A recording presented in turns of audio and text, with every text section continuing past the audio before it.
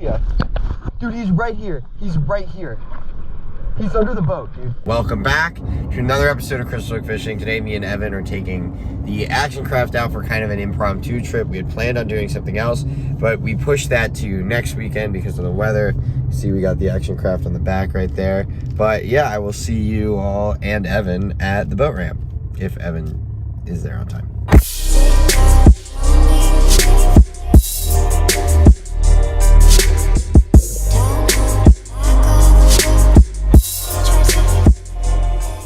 Alright, took Evan 45 minutes to get to the boat ramp after I launched, but we're finally here.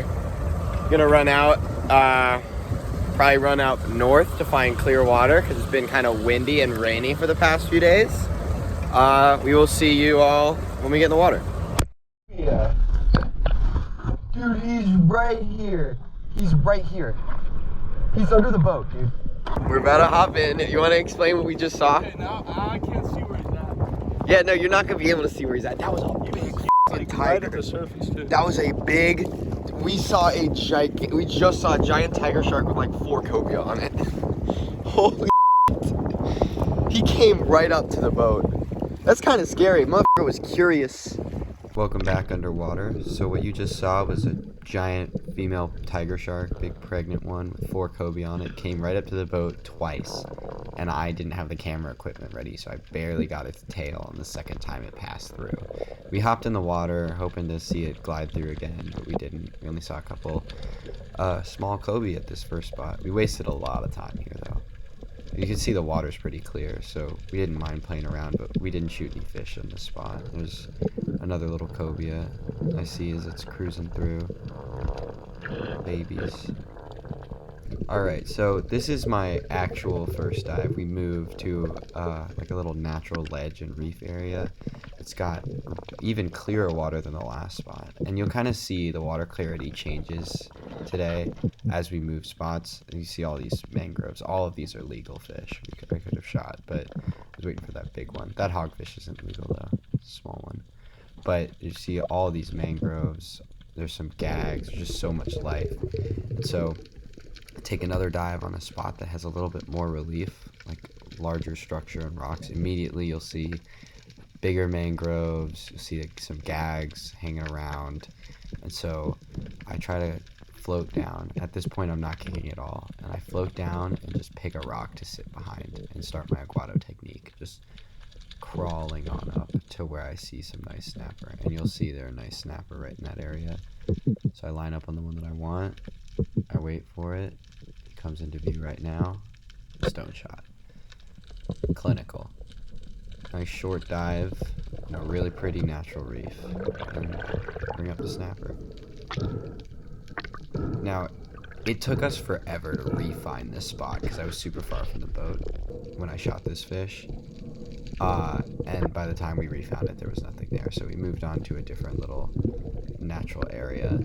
And I took out a pole spear because I was like, oh, why don't I go and, shoot one on the pole spear? And I get down, and I'm not very good with this pole spear. I haven't used it that much, which is kind of why I took it out, just screwing around. And I see this really nice hogfish, probably like a 17, 18, and I don't want to mess it up, so I keep grunting. I'm sitting on the bottom.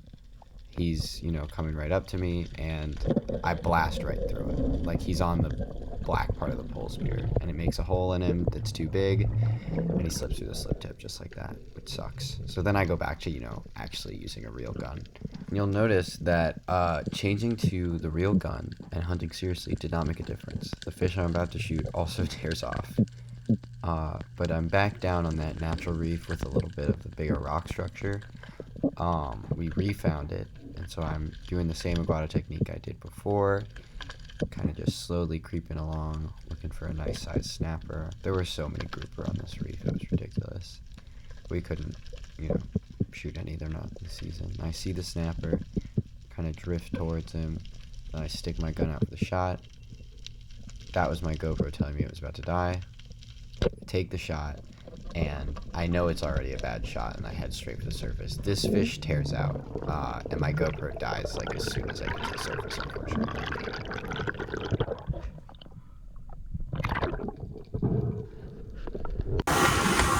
Look at how clear this is! Alright, so we struggled in the morning and we came out to the tanks. It's crystal clear. You can see the bottom from the boat. This is ridiculous. Crystal clear. You can literally see the tanks from the surface. Look at this. This is crazy. This is nuts. Look, that's a tank right there. You can see it right from the surface. That is nuts. So this dive is just to admire how clear this is. This is ridiculous. Looking around from the top, and you could see snapper spooking like as soon as you took your duck dive. It was very hard to hunt these pipes because everything was just so, like, they knew exactly where we were at all times. Had no time to get down to the bottom. I'm just not used to hunting this kind of viz. And I was not about to bury a roller in a pipe just to get my shaft stuck. So I headed back to surface, and we went over to the tanks, which we thought would hold more like fish keeping to it, because it's like one piece of structure out in the sand. So we get to the tank, I take out my little tank gun that I made, and the first thing I see is this little hogfish. And I kind of inspect it, make sure it's good. It's a male, so I think it's pretty legal. And I grab it.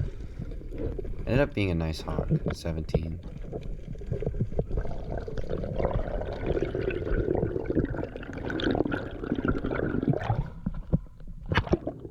Bring that bad boy home for dinner. It was crazy though, seeing them from the surface like that. Never seen anything like that.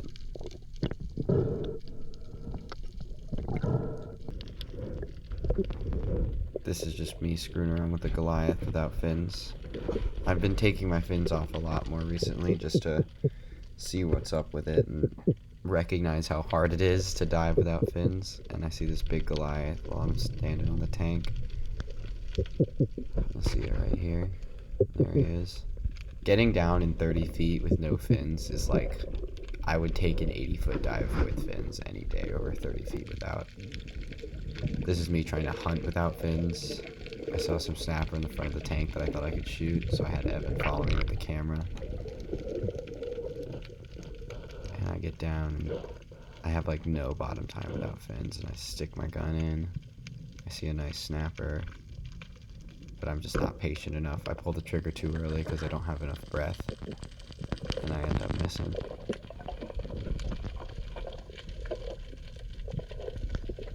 See me push off the top of the tank there, because that's how hard it is for me to actually dive it. Okay, we're back to me actually diving. I look in the top of the tank, and I notice that there aren't as many big snapper as I would normally see in the top of these tanks. So I have to look in this other hole, and I end up seeing one kind of spook into the back. So I go all the way down in there, kind of pull myself a little bit. Evan's watching me from the top, so I know that I'm able to go a little further inside the tank than normal. And I just completely whiff this fish, which sucks. Shaft comes right out though. The gun, it does what I designed it to do.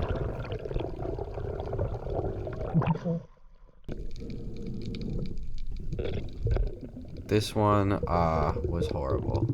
So I finally get to the top of a different tank. There's several tanks out here, and I see a giant snapper almost first thing, and I whiff.